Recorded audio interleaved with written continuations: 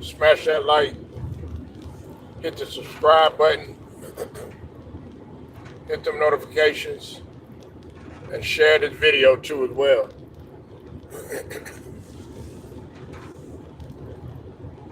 Um, Shouts out to the whole entire Lions Den basketball and boxing community, and salute to all of the guys that rock with me, and all of the subs that rock with me, both my day ones as well as my new subs too. Appreciate y'all kicking it with your boy, man. Um, I want to give a shout out to Blue Blood Sports TV. I also want to give a shout out to Two Raw for TV too as well. Salute to them brothers, the LDBC brothers, man. Boxing and basketball. It's time for Errol Spence to call it a career, man. And a lot of y'all think that I like making videos like this, but I truly don't, because Errol Spence is a fighter that I still like and still got a lot of respect for. What's up with it, Cottage? I see you in here. Make sure y'all go sub to Cottage. Hit that like when you come in here, please. Double tap the screen and hit the like, okay? Hit the like. um, Earl Spence, man, at one point in time in his career, um,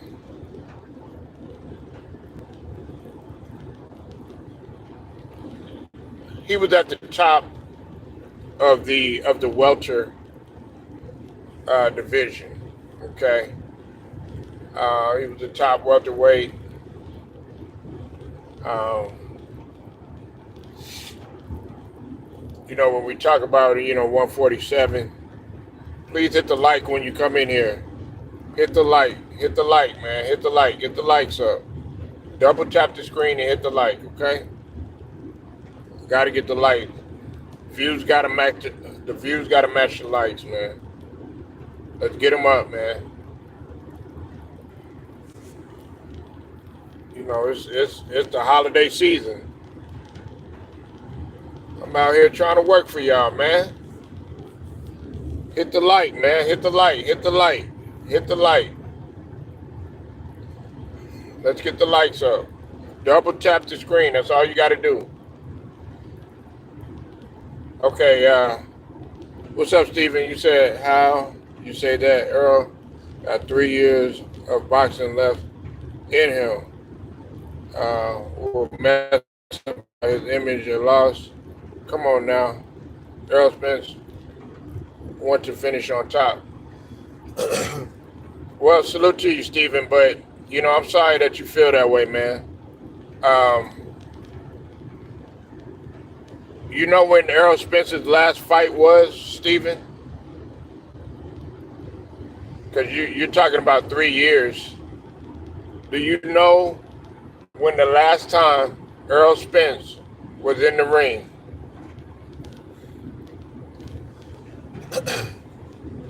2 years. Too damn long. 2 years. Too damn long. Listen, man, okay? Listen. Errol Spence has not he has not stepped foot back into the ring ever since the Terrence Crawford fight, right? Crawford has had motion. Crawford has been training. Now, Errol Spence, shout out to Blue Blood once again, because he did report that Errol Spence is with a new trainer now in Philly. Of course, he's not with Derrick James anymore. Okay, he hasn't been in the ring for 2 years, Steven.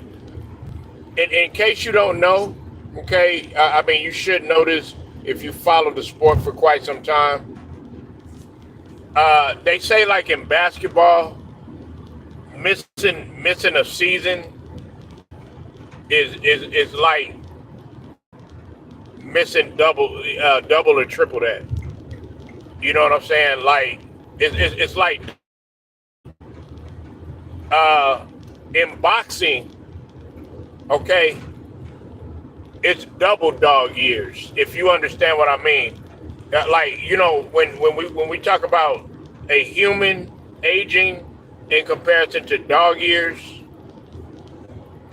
that's how much you can miss if your time away from boxing is lengthy.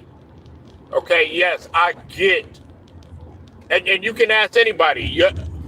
Boxing is it's you have to be so on point. That's why it's important that you don't drink. That's why it's important that you don't smoke. That's why it's important that you take your nutrition seriously. That's why it's important that everything is crisp on you, including stepping into the ring and you have injuries and stuff like that. Everything has got to be on point. Because if anything is thrown off, you're not gonna be the same. You have to be in supremely tip top shape when you're doing boxing. Okay, like for instance, even you, like if you don't know, a lot of boxers, they don't, they abstain from sex. You know what I'm saying? Because it it brings down your energy level. Now, some guys are different. Some guys can actually handle that. There's guys that have actually had a lot of sex before they step foot in the ring, and it never bothered them. What's up with it, Ted? I see you in here. You said Earl had to regroup to get things straight. Listen, man, I love Errol to death. You didn't have to get nothing straight. You didn't have to get nothing straight. The only thing he had to get straight was get straight back into the fucking ring. Okay? That's what people wanted to see. Now, I understand. Now, you're saying that, oh, he had to get his mind straight and all that other stuff. Now, he had a situation with his eye. I understand that, and I had already made a video about that, saying that he should consider retirement there. Look, it's either you fought Crawford. We know that you're about to fight Fandura, and I'm gonna be real with you, Steven, Ted, everybody up in here. I don't give him no chance against Fandura. Do you realize how tall Fandura is? Do you know how tall he is? Better yet, let me ask you this: do you know how long of a reach that Fandura has? He has a 70 something inch arm reach. Errol is not. Errol ain't nothing but 5'9". I think Fandura is like 6'2", 6'3" or some shit, and he's got a 70 arm reach, 70-inch arm reach or some shit like that. Like. You listen. I know you felt the way that you felt about Errol Spence as a fighter before the Terrence Crawford fight.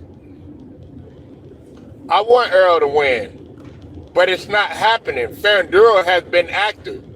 You see what I'm saying, Stephen? In the 2 years that Errol Spence has been gone, Canelo has had 3 fights. Terrence Crawford has been in the ring. He's been active. Gervonta Davis, for all the shit that we've been talking about him, he's been in the ring getting ready to fight another one. He's been active. Devin Haney has been active. Even Shakur Stevenson, the shit that they talk about him, he has been active. Yes.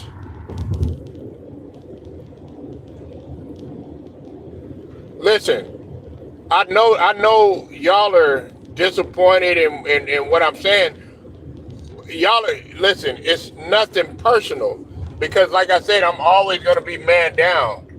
Errol is from Texas, man. Errol is a good human being, man. He's a good human being, man. I don't know him personally, but from the people, I talked to around around the neck of the woods. He's a good guy, man. I know a guy that knows Earl Spence personally. He's a good guy, man. He'll get his shirt off his back. He's a hard worker. I don't want to take that away from him, but I have to carve shit straight down the middle.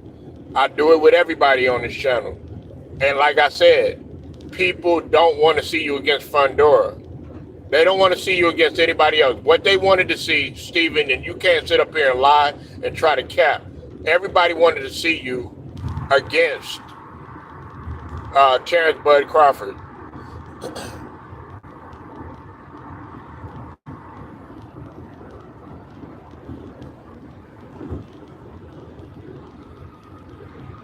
You said, I hear what you're saying. No, well, listen. You don't have to agree with me. And listen, I'm not begging for anybody to agree with me. I'm giving the reason why I feel like, Earl should go ahead and call it quit. Before the Fandura fight, I was like this, Steven. I said to myself, one bad hit could possibly end his career and possibly his livelihood. We got to think about it. He's had a couple of surgeries on his eye already, Steven. I look at that. I look at quality of life, and I also look at I look at your legacy too, man. Is he going to be a Hall of Famer? Yes, he's going to be a Hall of Famer. Okay, he's going to be a Hall of Famer. But people are going to wonder, okay, why didn't you go back and why didn't you run it back with Terrence Crawford? People are going to wonder that. But you're going to go ahead and you're going to fight Fundora. For all the shit that I talk about Mayweather ran it back when he didn't feel that good about Madonna. Everybody thought he fought. Everybody thought he lost against Madonna that first fight. What did he do to prove people wrong? He stepped right back into the ring.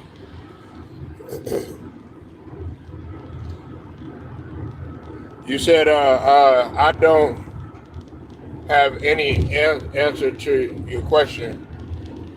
If anybody can beat Crawford, it's been no, he can't. Listen, bro.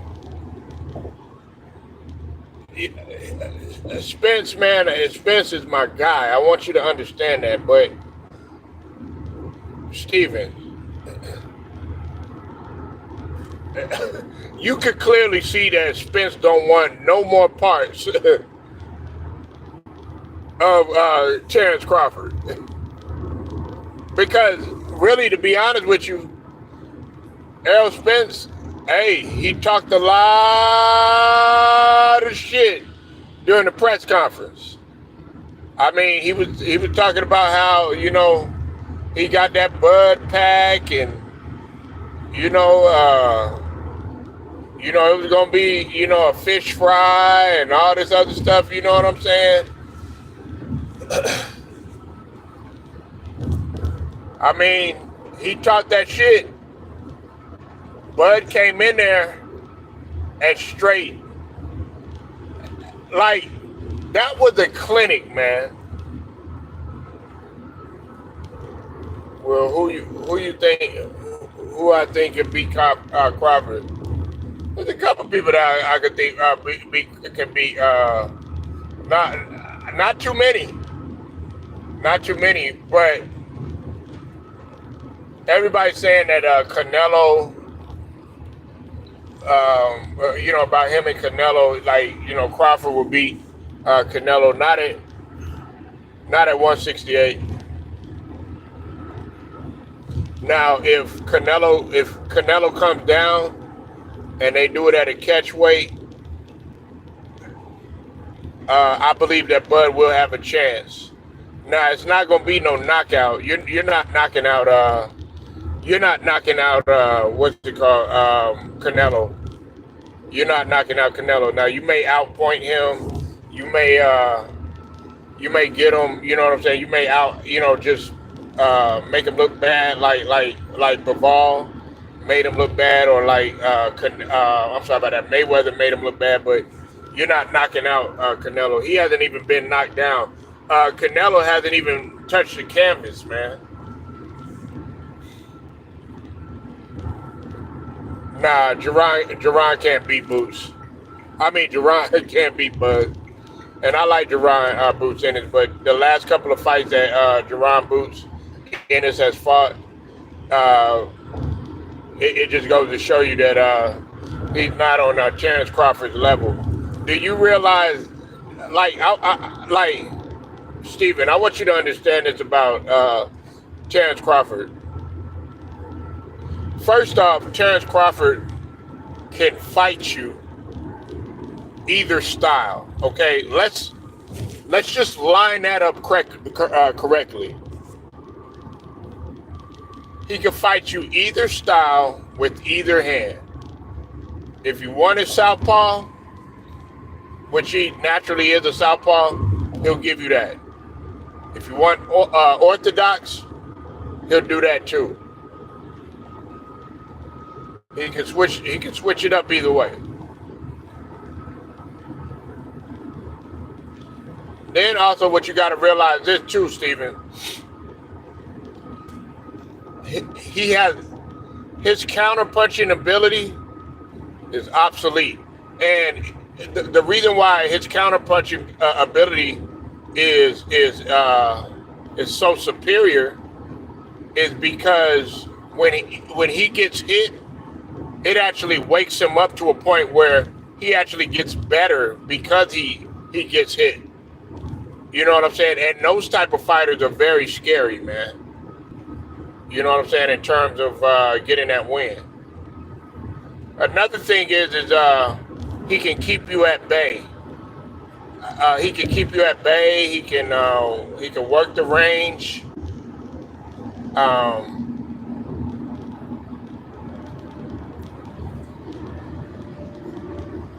And he has good range. Now I don't think his range is as good as somebody like say Usyk or Shakur Stevenson. I don't think his range is that good. You know what I'm saying? But he has pretty decent range. You know what I'm saying? But he's good. He can cut the ring off pretty good. Now a younger Bud, he used to be able to be more mobile. He's not as mobile as he used to be, but a younger Bud was way more mobile. He's getting a little bit older now, you know what I'm saying? But he's still mobile enough to get the win. You know, now the last fight that he fought, of course he kind of struggled a little bit, but that's because he's moving up in weight. You're gonna struggle, and he did enough to go ahead and get the win.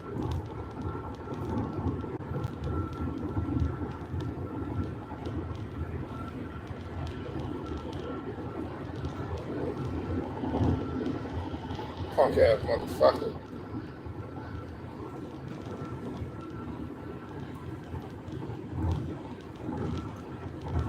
Then also you got to realize, Bud, he sets traps.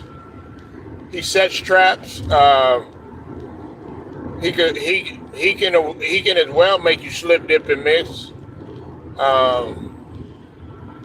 You know.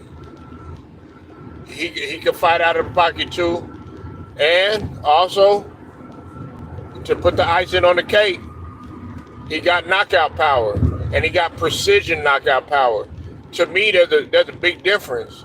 Like you can have power, but man, if you got power with precision, like I'm talking about like when when Gervonta Davis had laid out, I forget what, I think it was Santa Cruz, if I'm not mistaken. I think that was his name. Man, when he hit him and got your whole your head going one way, your body going the other way. If you got that type of precision, nigga, it's a wrap.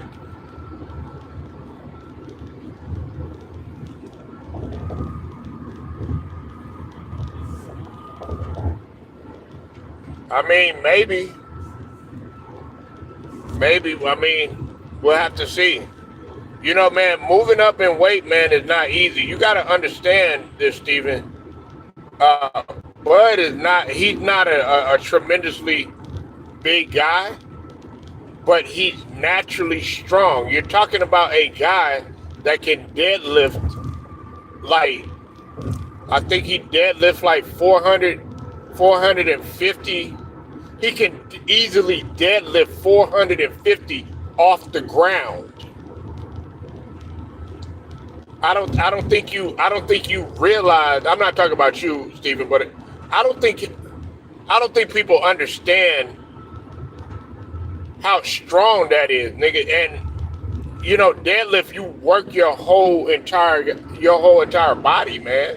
Like when you're deadlifting, he's able to do 400 plus pounds off the ground, man. Off the ground.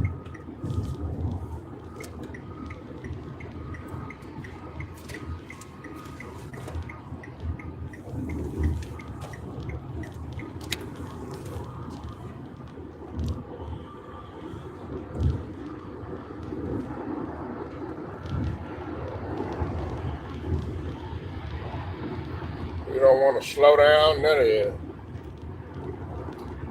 But I think he would. I think, you know, look, it's hard to say. Some people do good when they move up in weight. Some guys struggle. Some guys struggle. You know what I'm saying?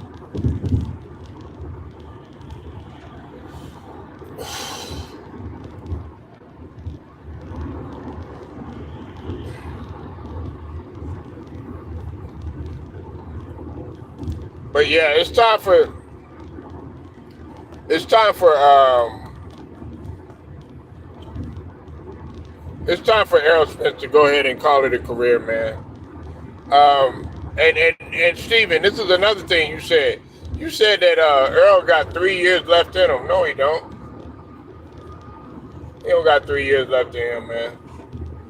And like I said, man, it's like you gotta understand, man. In 3 years, he gonna be damn near 40, man. He gonna be damn near 40. I mean, what Errol Smith is what? I think 35, 36 now. He gonna be damn near 40, man. He don't got 3 years left in him. Canelo, he don't got 3 years left in him. You know what I'm saying? Man, it's time for him to go ahead and call it a career. Like you wanted to see you fight Terrence Crawford. They didn't get that fight. So people had to get entertained with all these other fights. Just as much people wanted to see Canelo versus, and listen, I'm not letting Canelo off the hook either, man. You know, even though I don't believe, this is my thing.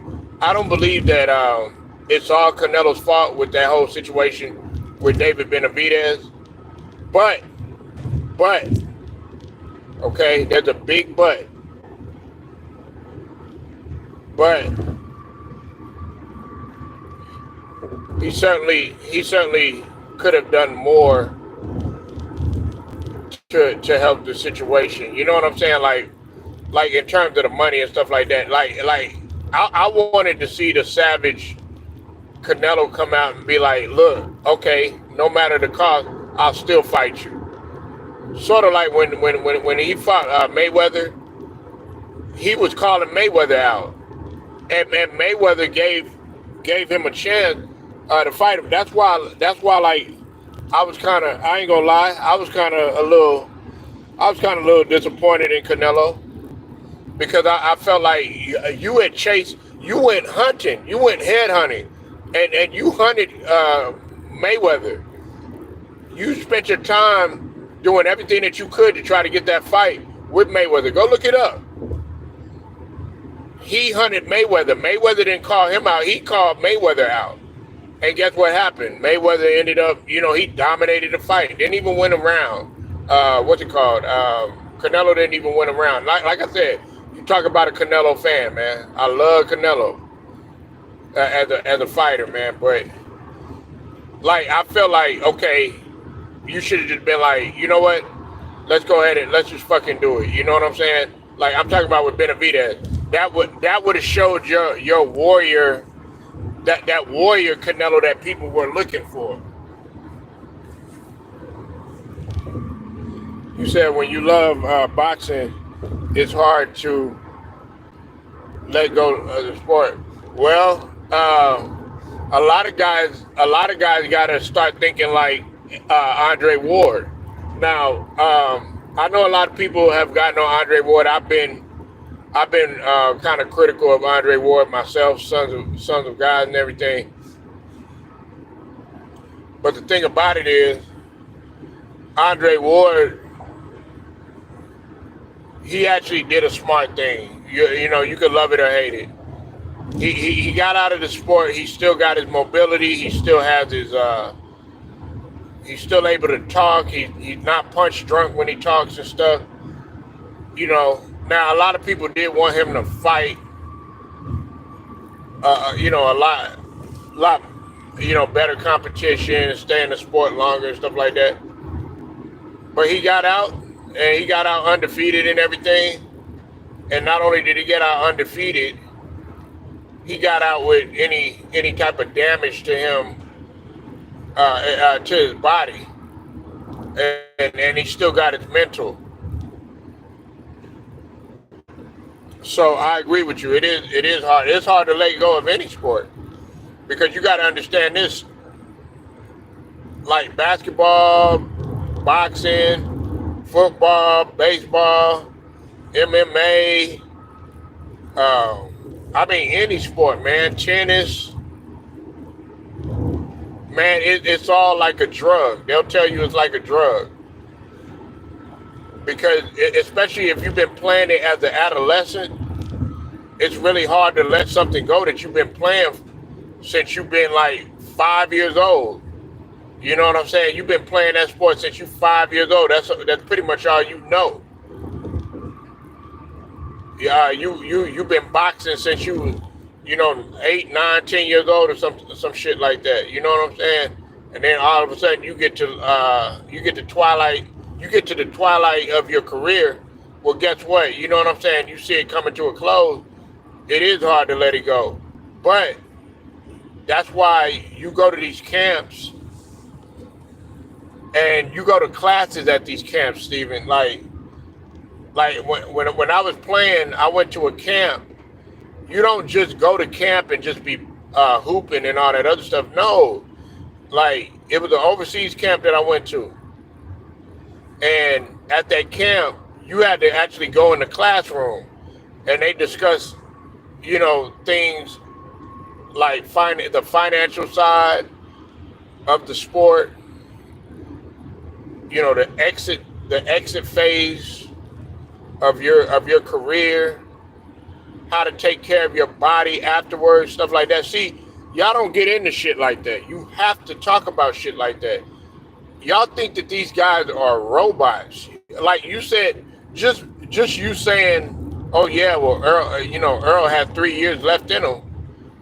No, he doesn't have 3 years left in him. Matter of fact, one bad hit can destroy his livelihood. I don't think you understand that. But see, that's the fan in you. That you want Errol Spence to get out there and be like Rocky back in the day. Listen, that's what was marketed back in the days. You know what I'm saying? Listen, don't get me wrong. people like to see, like the movie Rocky and stuff like that. they they enjoy shit like that. You know what I'm saying? But you don't understand what that does to the fighter. That guy can no longer talk the same. Like you see what happened to Muhammad Ali. For as great as he was, guess what? He paid the price for it in the end. Look at Evander Holyfield.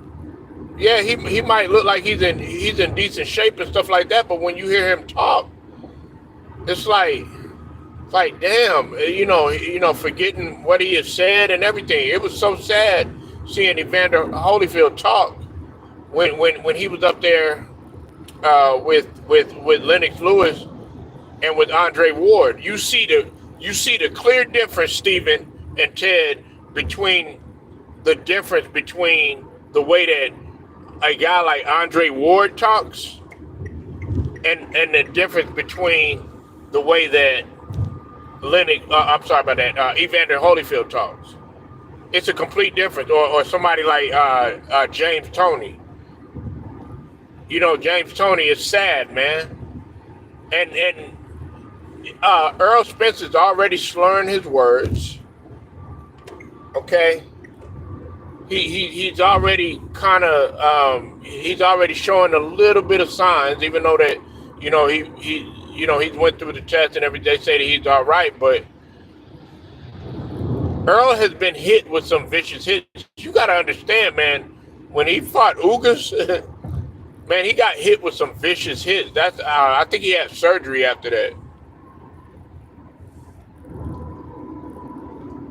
You said B-Hop went outside. Listen, I don't like the way that B-Hop. I don't like his way of thinking and how he treats people and stuff like that, or even some of his political views. But B-Hop actually was in incredible shape. I think he boxed until he was like 47 years old. So I mean, he was in tremendous shape. I don't think to be honest with you, I don't think he went out that sad. I got to disagree with that. Like I said, I especially don't like what he did to Bill Haney, man. That wasn't cool. I can't stand that shit, man. But he was still in tremendous shape, though, Ted. I think he stopped boxing at like 40, 46 or 47 years old, something like that. That dude was damn near 50, man. Nah, he was in incredible shape, man.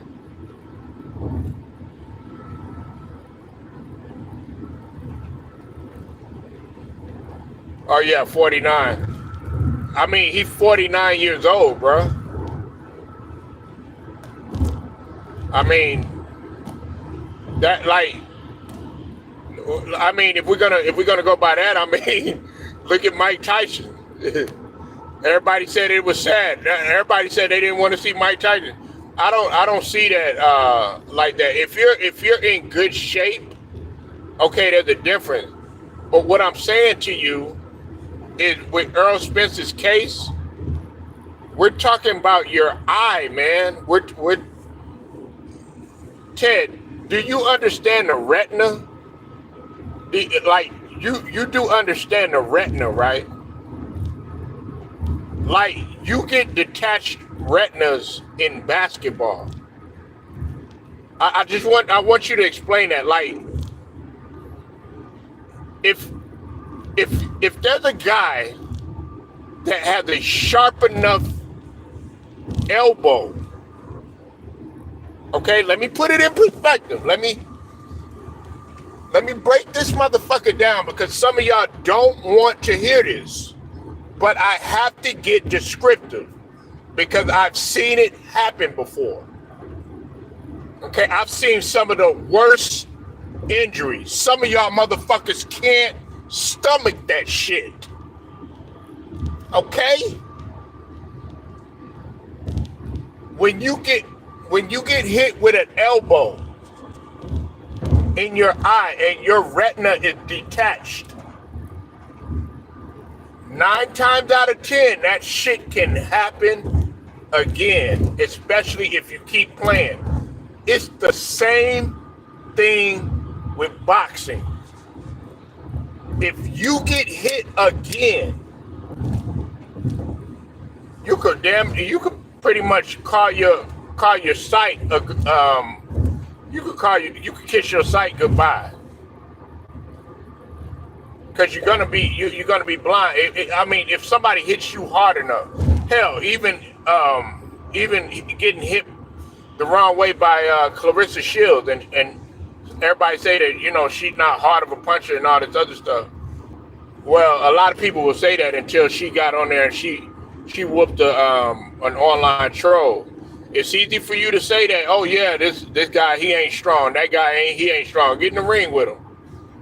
So what I'm saying is in Errol's case, it's a little bit different. B-Hop was in good shape, man. And like I said, I'm not. But Hopkins, like I said, man, I don't like the way he moves at all. But he was in great shape, man. He was in tremendous shape. But I mean, he's 49 years old, Ted. I mean, hell, you supposed to get knocked out, nigga. You better get your motherfucking ass whooped. Look at what happened to Muhammad Ali when he fought his longtime sparring partner, Larry Holmes. Larry Holmes didn't even want to fight Ali.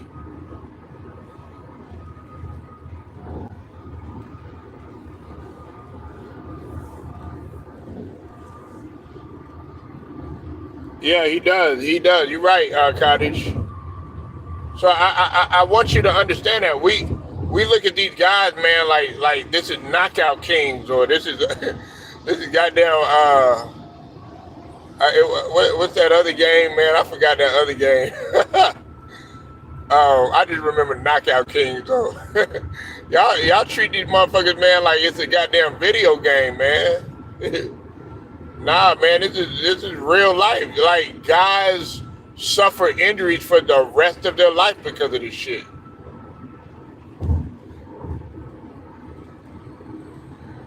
They suffer injuries for the rest of their life. So, yeah, I'm gonna switch gears. I'm gonna talk about something else, man. But I just had to really put that in its proper perspective, because a lot of people, Ted, they really feel oh yeah, he's he ain't nothing but 30 something years old. He'll be all right. Da, da, da, da. Everybody's body ain't the same. Right, I know y'all mad. I know y'all mad. But like I said, it's all good.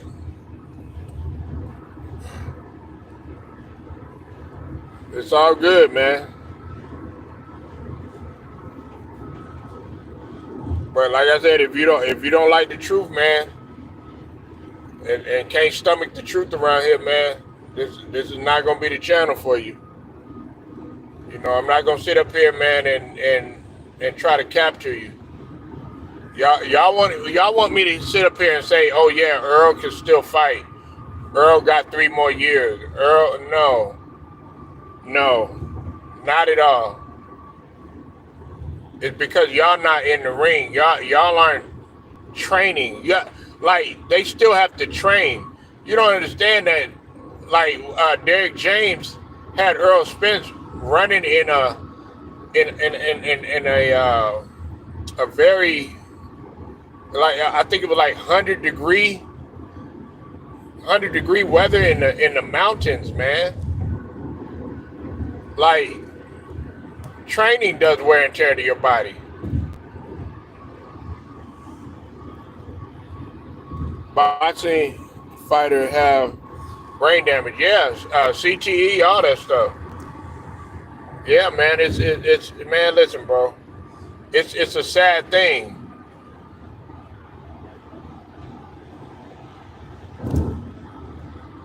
All right, let's talk about this. Bad boy Pistons. Bad boy Pistons. Salute to the brother True Raw for TV, because I saw him talking about this.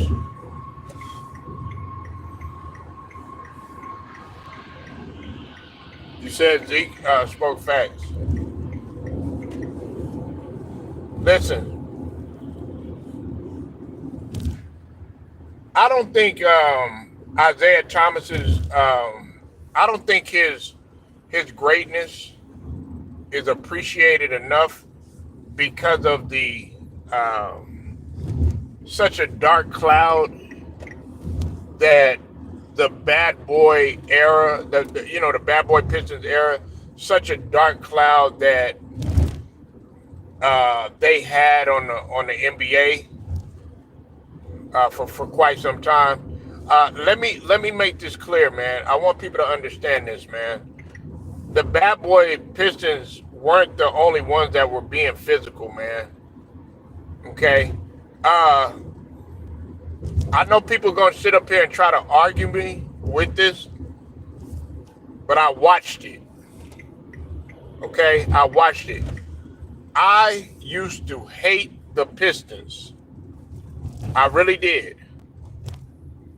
I hated the Pistons. Nigga, I didn't give a fuck who it was. I hated Joe Dumars. I hated fucking James Edwards. I hated Dennis Rodman. I hated John Sally. I even hated Chuck Daly. I couldn't stand them motherfuckers. I hated them. Couldn't stand them, man. I ain't even like the microwave. I hated the microwave. You know what I'm saying? Mark Aguirre, I didn't like his ass. None of them. I hated them. But I did not realize, this is what we got to understand. Boston was way more dirtier than the bad boy Pistons. Like you don't have you got to understand. How do you think the Pistons started playing that way? It was from Boston, the Boston Celtics, and also to a certain extent, there were other physical teams in there. Some of them were to a lesser degree. Everybody was playing fucking physical, especially in the '80s.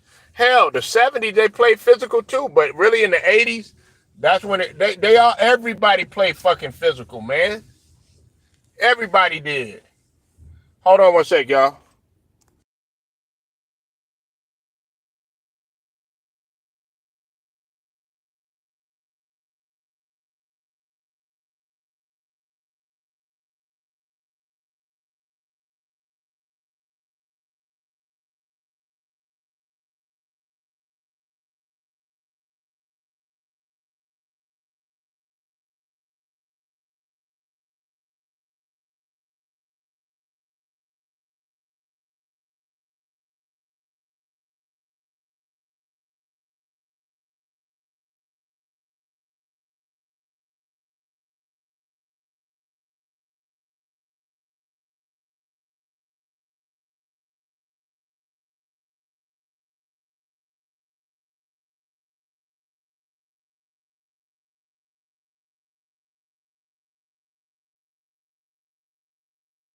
Now, listen, this is what we got to understand, man. Everybody was playing physical. It wasn't just the bad boy Pistons, man. It wasn't.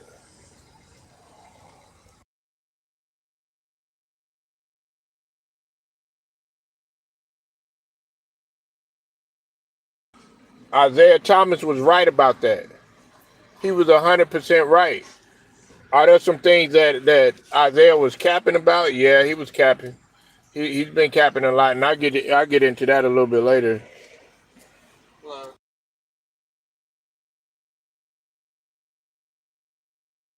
But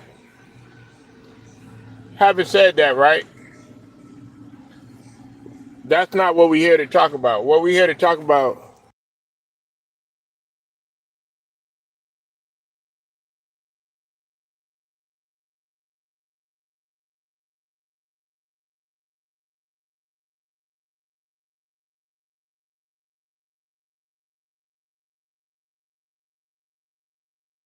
what we here to talk about, man, is um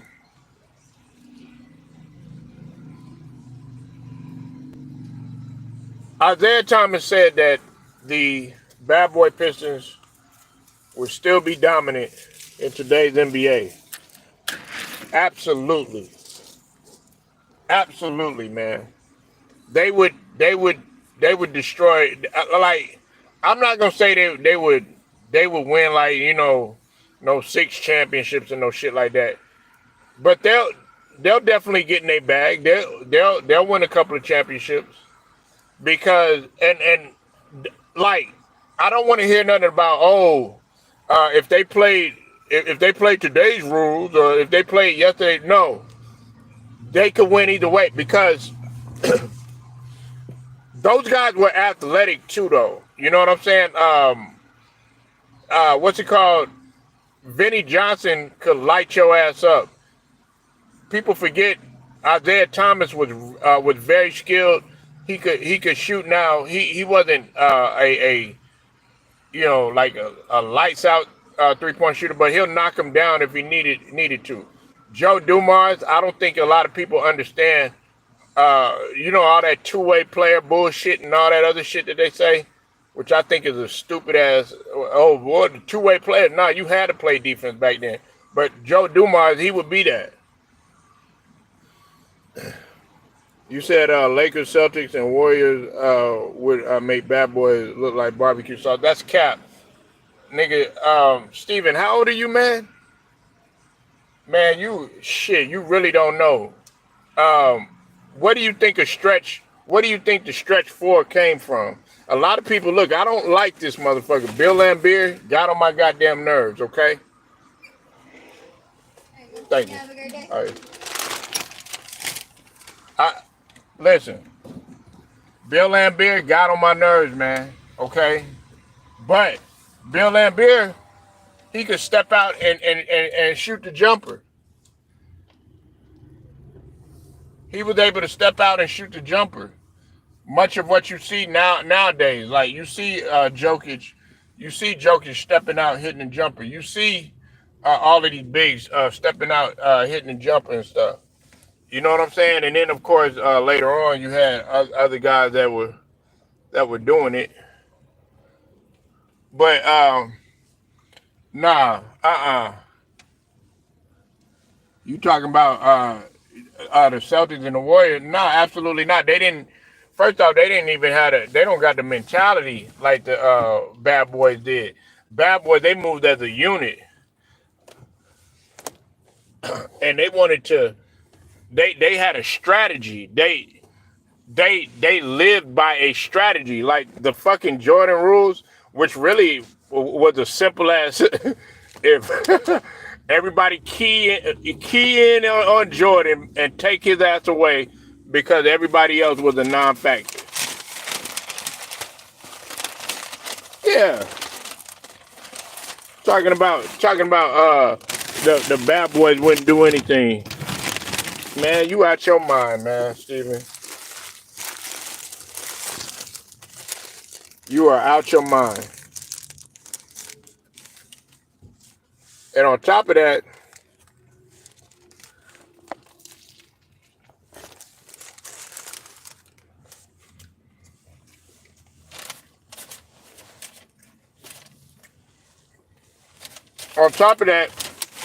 you talking about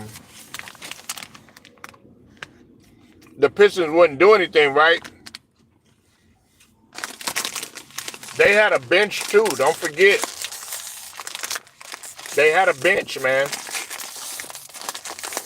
So even though they had the starters, don't forget Dennis Rodman was coming off the bench for a while with the Pistons. They were athletic. They were hard workers. Yeah, they played physical. Yeah, they played dirty.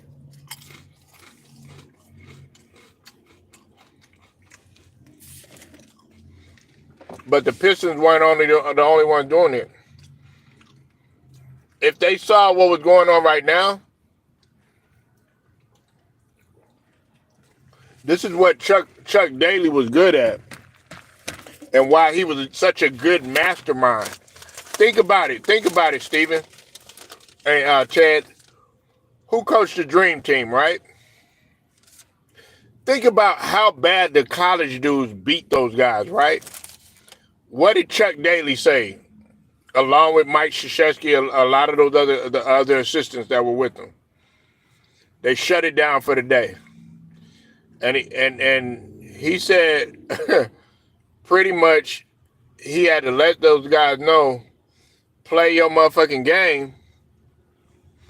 And he let those guys get the rest. The next time they came in, it was a different story because everybody was being too fucking passive. Everybody was worried about stepping on each other's toes. What did they do to all of them college guys like Chris Webber and fucking Grant Hill, Bobby Hurley, all them guys up in there? They came in. Yeah, Joel, man. And like I said, I don't like Bill Laimbeer, but man, Bill Laimbeer didn't give a fuck, man. Like if he found all that, oh, let me help you up. No, they would just step right over you and keep on running, man. That I love that type of shit, nigga, man. When I was playing like with my family and shit like that, and when I was playing with like my friends and shit like that, man, if we got knocked down, if like you got elbowed in the head and you fell down, or if somebody knocked you down to the floor or something like that, you think, oh my bad. No, they step right over you and keep on running. That's what you're supposed to do. What you think Iverson did to Tyronn Lue?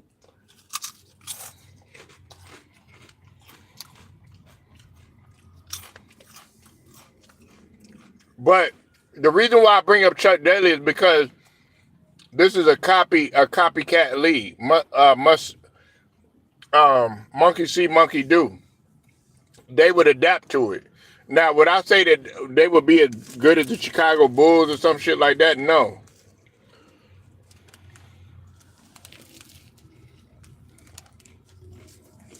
Right, exactly.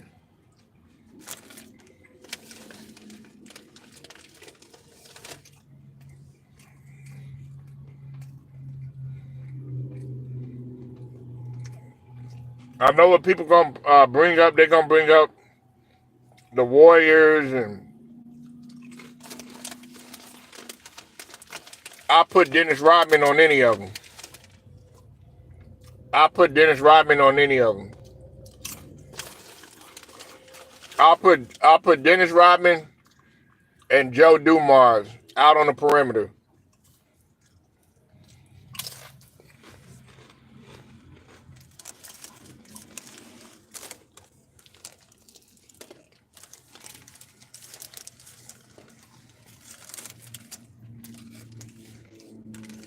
Chuck Daly.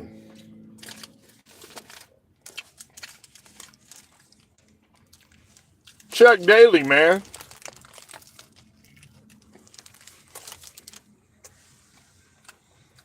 Chuck Daly all day.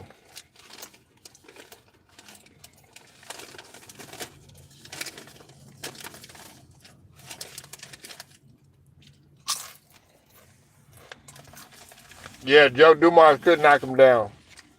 He could score, period.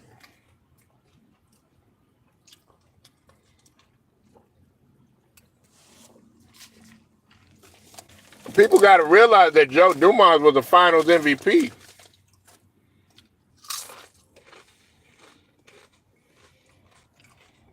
I think people forget that.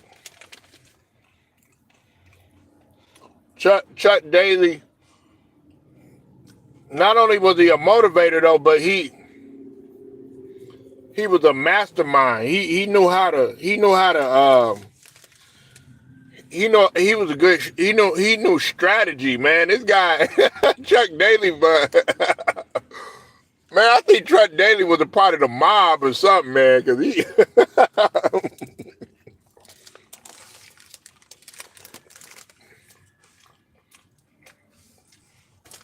Chuck Daly was not to be fucked with, man.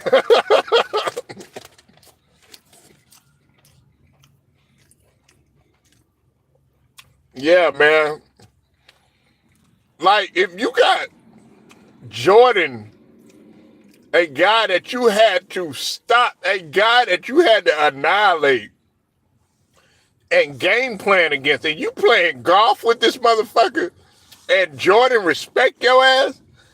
Man, that's some gangster ass shit, man. Like, to me it is. I don't know. I just look at things different. But Chuck Daly is head and shoulders above Doc Rivers.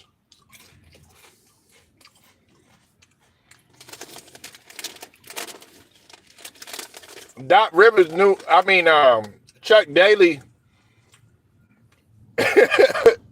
he put a stop to a lot of shit, man.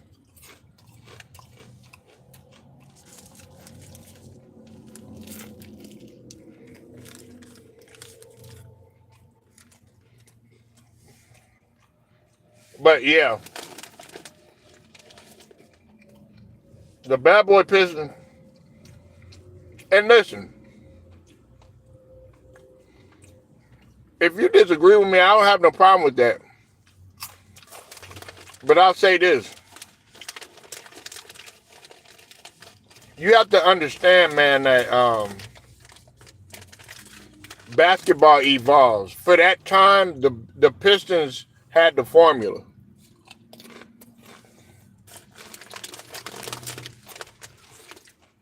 Right, exactly.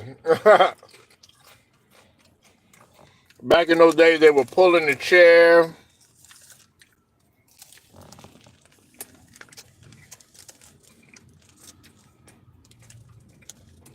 It was, they gave Larry Bird hell.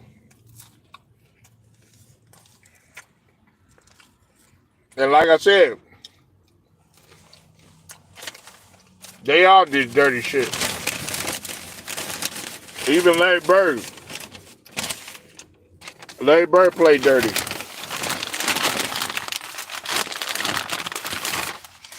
You know, y'all think John Stockton was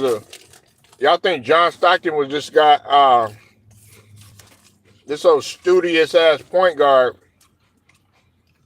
that played by the book. No, John Stockton was a dirty motherfucker.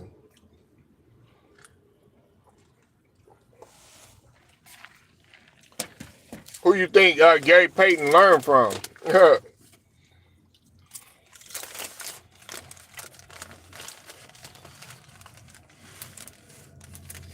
Right, exactly. Research, yeah.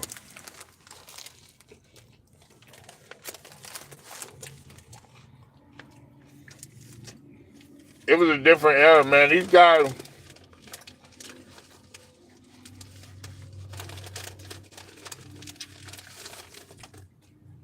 are too sensitive now.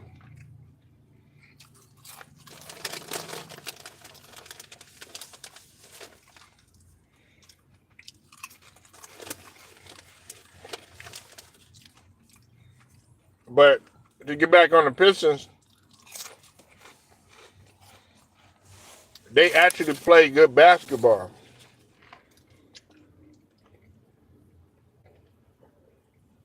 Y'all think like, see, the media has a way of manipulating you. The media will play it to where, like, you see every play, like they're trying to make it seem like every single play these guys were dirty. No, that's not how it was. Or every play they were snatching people out of the air. No.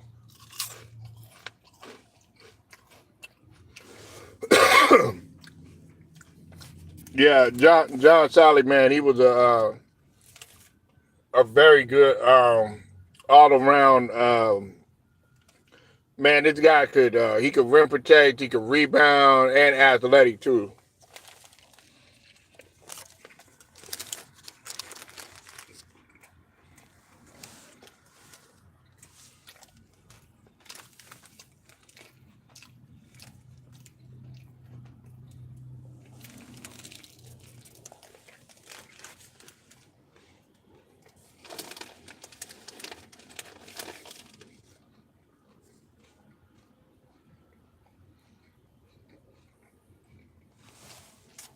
But that's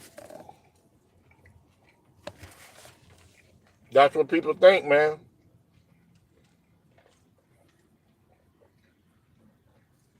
Sorry, y'all, I'm eating, man. Yeah, don't get me started on Mike McGuire. Everybody talks about a bag, you know, Ted. Everybody and Cottage, Steven, everybody up in here. Everybody be talking about a bag. Mark McGuire, he had a bag. Adrian Dantley, he had a bag.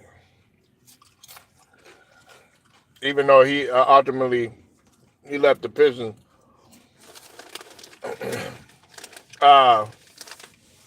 What's it called? Benny Microwave, he had a bag. Them guys could score.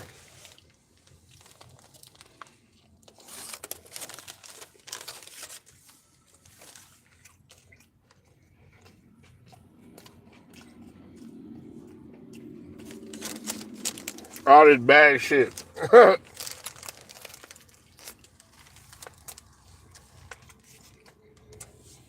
They cared about a bag of rings.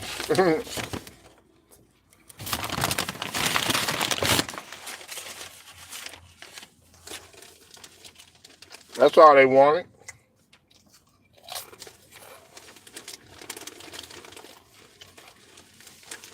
But yeah, they would still dominate. I give them about 2 championships. I give them about 2 championships.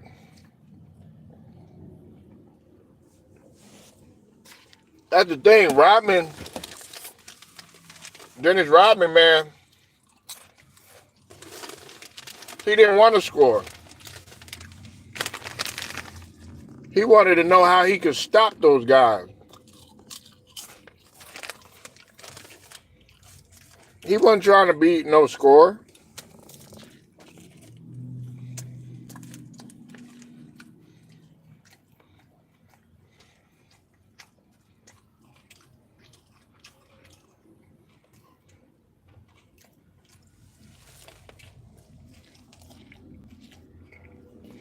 Yeah, I know.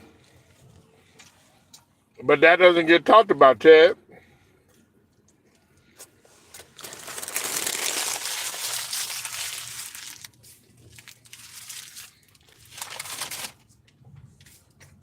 They never talk about that, man. They'll never talk about how Rodman set records in college. How Rodman was a dominant scorer at Southeastern Oklahoma.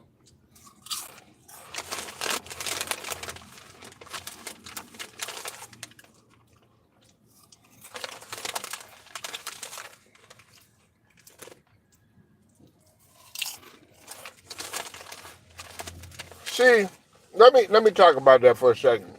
Now that we're talking about that, let me talk about that.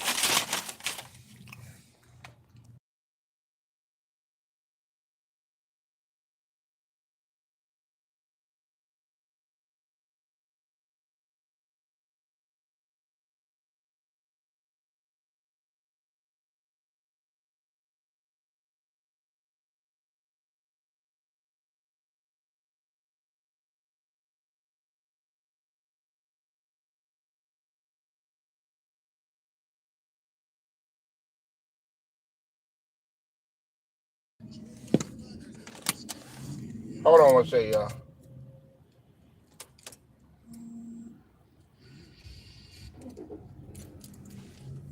My fault, y'all.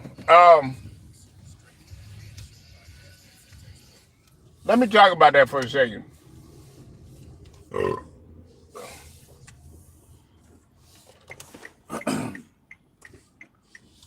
First off, y'all are gonna have a problem. Like Rodman Like the mentality was different, especially back then. Everybody had an assignment. Everybody had an assignment. Zeke, he was the actual point guard. He set the table. Um, you know, if you needed him to close, if he needed to close the game down, he'll do it. More often than none, he was going to get everybody involved. He played the point guard position like it was supposed to be played. That's why I have him as my number one point guard. Um, he was gonna get guys involved. He was gonna call guys out on their bullshit. He was gonna make the right pass. He was gonna take charges when they needed to be took. If they're down, he was gonna bring them back. You know what I'm saying? And of course, he was gonna find you. And he, like I said, as far as holding people accountable, he's just gonna be that coach, the extension of the coach on the floor, like you're supposed to be, as a point guard. Okay, Joe Dumars, two-way player, as I've said before, but he can also score too. Uh, Tremendous shooting guard, very slept-on shooting guard. But this is the thing about Joe Dumars. When Isaiah Thomas wasn't in there, guess what? He had dual responsibility, so he could switch up and he could play the 1-2. That's being versatile. You know what I'm saying? Combo guard, which is what Steph Curry is. The combo guard. You know what I'm saying? But more often than not, he was playing that shooting guard. You had and then of course you had your Dennis Rodman, you had your Bill Laimbeer, post play, intimidator, you know what I'm saying, rim protector, physical guy, you know what I'm saying. I mean, he went beyond that, a little dirty, all that other stuff, but he could also stretch out. He could stretch out, hit that three, on occasions or whatnot, to give keep the defense guessing. You had Rick Mahorn, physical, size, present. You know what I'm saying? John Sally, physical, size, presence. You know what I'm saying?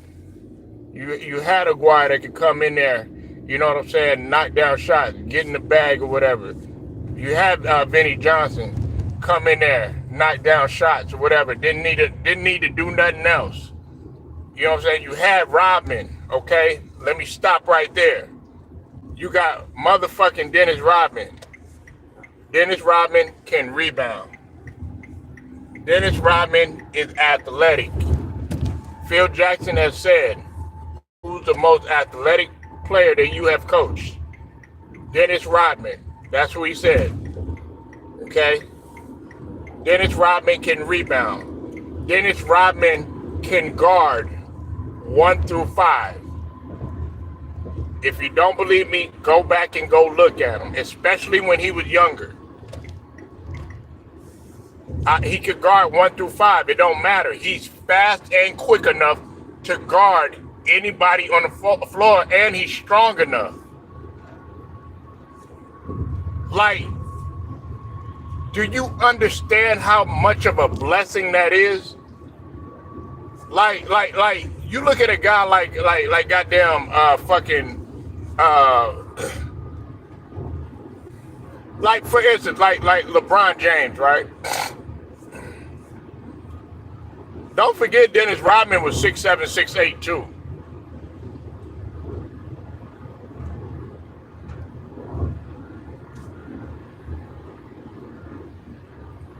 Was just as athletic.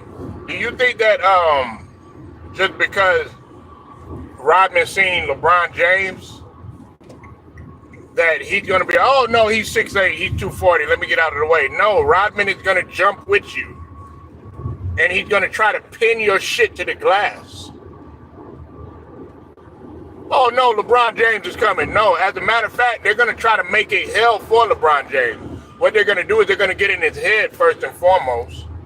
Okay, let's see you bring it past half court. You know what I'm saying? Because you had to have real good ball handling ability. You know what I'm saying? So you got quick guards, you know what I'm saying? Zeke, if you're not dribbling the ball right, he's going to rip you. Joe Dumars, if you're not dribbling the ball right, he's going to rip you. If you're not dribbling the ball right with Dennis Rodman with the sweltering defense that he's going to give you, he's going to rip you. Cookies all day. And guess what? Y'all think that the bad boy Pistons were slow and couldn't run and all that other bullshit? No. Hell, shit, I got Rodman beating everybody up down the court. Guess what? Night, night. All I need Rodman there is for a layup. Dunk, whatever. Rodman can run. I think Rodman ran what? Like a 4.3 or something like that. Something like that. That nigga fast than a motherfucker.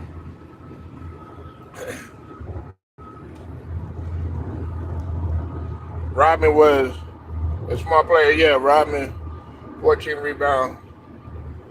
Yeah, exactly. Rodman would defend. Yeah, exactly. Listen, man.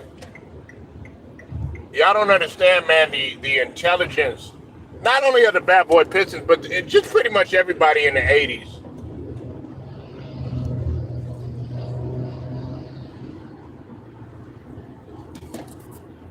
It was a psychological game more so than just a physical game. You know, those guys back then they wanted to beat each other. And you didn't see all this super team bullshit going on and stuff like that. You know what I'm saying? Them guys won with the guys that they had. They stuck with the guys that they had, man. And if they weren't winning that year, guess what? They try to come back the very next year and get them again.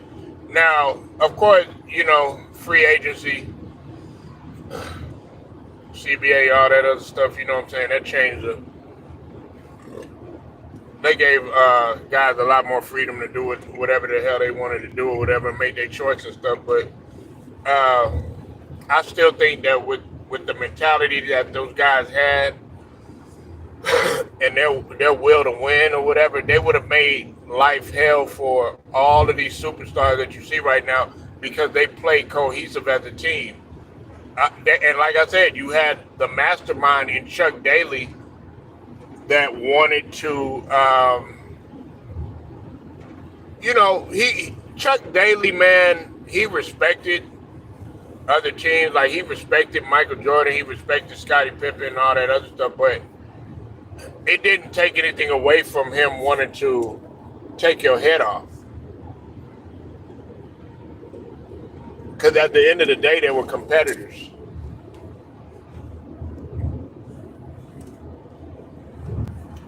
You have to understand the mindset in that locker room. Like Bill Laimbeer had said, like, if there was a problem, how would they address it? They would go ahead and go fist to cuffs. Time to get physical. That's how you're supposed to do it. If you got a problem with somebody, especially in the locker room, like, I've seen it, man. Ted, Steven, I don't know if y'all seen it, man, but sometimes I walk into the locker room or whatever. Sometimes it became such a norm, guys fighting and shit. A lot of guys wouldn't just stand around and watch. They would just go in and go take their shot. Oh, man, they just tussling right now. And these guys would, I mean, really be squaring up and everything, especially in the football locker room. Them guys would be like, can you imagine like two big ass linemen? Them niggas is fighting or whatever, you know what I'm saying? I'm coming in there first year of football and shit. Don't know what the fuck going on. And they be like, oh man, they just touching him, but literally the man, one of the guys is bleeding.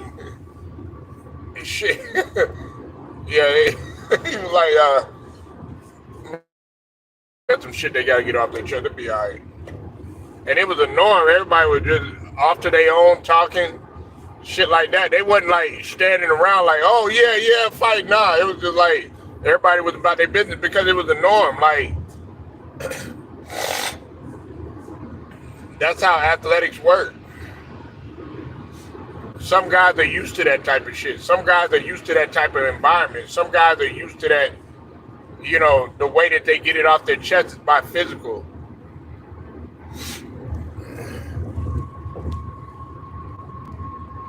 You said 2004 Pistons was called the Bad Boys. Yeah, I mean, I like the 2004 Pistons, man, but they weren't going to beat the Bad Boys. They weren't going to beat the Bad Boys, man.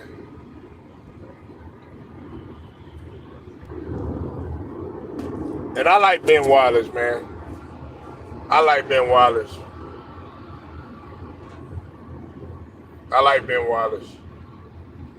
But they weren't going to beat the Bad Boys.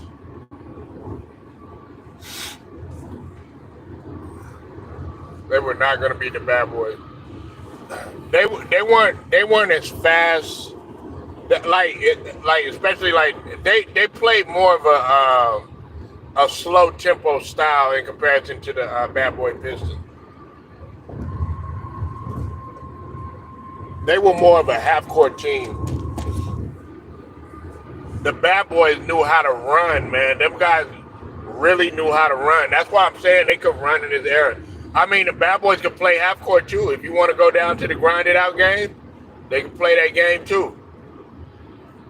If you want to play just straight big and little to no scoring, but just have a slug-it-out game, physicality, they were good at that. If you want to go perimeter, hell, we'll put out Vinny, we'll put out Mark Aguirre, we'll put out Joe Dumars, we'll put out Zeke, and we'll put out Rodman, and we'll just go out perimeter. If you want to switch it up and just be all defense, they can do that too. If you want to do shooting, they can do that too. If you want to run, I'm gonna put out Rodman. I'm gonna put out Sally out there. I'm gonna put out Joe Dumars. I'm gonna put out Zeke.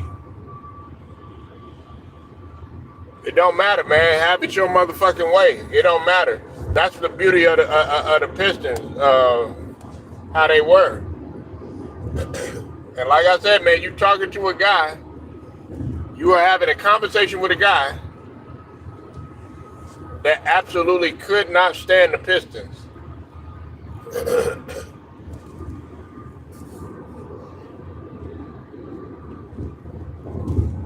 He would make life a living hell for Joel Embiid. Listen, man, I wanna say this, right?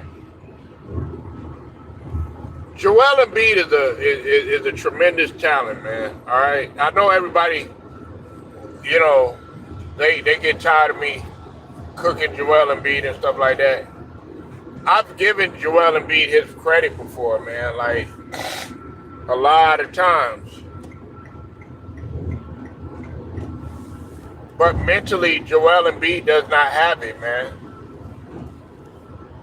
He doesn't have it mentally. And if you call yourself an MVP and you call yourself an MVP and you're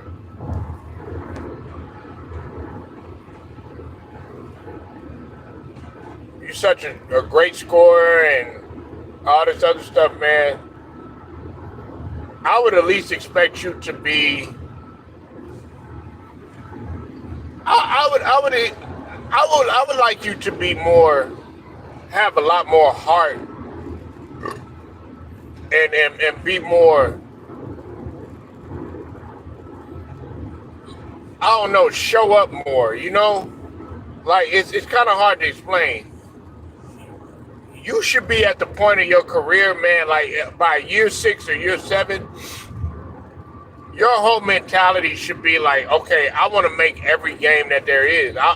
I want to be at every practice. I want to be at every film session. I'm leading my team. You know what I'm saying? We gotta get to a championship by any means necessary. Even if I gotta be out here now, I understand that he played injured, but you gotta be smart in some cases like that. All I was saying is like last season, all you had to do was just shut that shit down. But you want to go and you want to go play the Olympics. Now look, I'm not saying it's all your fault, but a big portion of it is your fault. You put your team in a terrible position this season by you not showing up, and then also your leadership quality is not good at all because you already told everybody you didn't stand on business from the get go. What you did is you automatically said, "I'm not playing back to back, nigga." What kind of mentality is that? I don't want nobody like that next to me. You sitting up in here, oh yeah, well, I'm not gonna play back to back. I don't want to hear that shit. I don't want to hear that shit. I don't want to hear none of that shit. I want to hear, okay, we got to get back. We got to get back to the playoffs, and we got to do better than what we did. We're not a first round exit team. That's what your whole mentality is. I want to do better than what I did last year. It's just like, man, when you with a female, you should want to do better the next hour. You should think like that. You want to be better the next minute. You know what I'm saying? It's like when you at your job, you want to be better the next minute. You know what I'm saying? When you're doing anything great, for your kids or, you know what I'm saying, anything, man, like your craft, man, you want to be better the next minute. That's how you should think. Nigga, it's like you don't never want to be better. You want to do the same old shit that you've been doing since you first came in this motherfucker.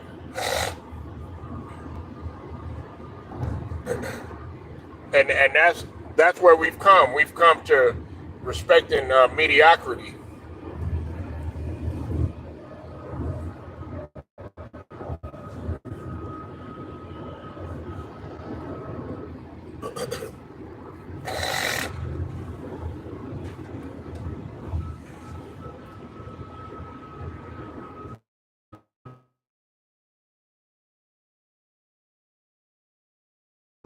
I mean, everybody thinks like I have this personal vendetta against Joel Embiid. No, it's not. It's not that at all. And when I say that Maxi, I believe that Maxi is the best player on the team. I'm not saying that just because I have something personal against Joel Embiid, but from what I've seen, uh, you could clearly see that Maxi has taken the lead in terms of being that guy on the franchise. It's just like after a while, you knew Kobe was the leader of.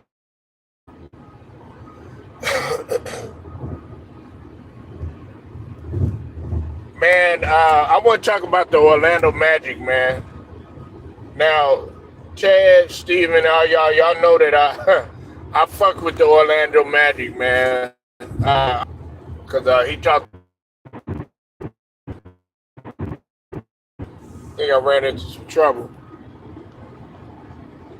Internet issues. Sorry about that, y'all. One of the Wagners was out, but he was coming back in and whatnot. But the Orlando Magic, man, are they're in trouble, man. They're in trouble. Now, the question is the season over? And I think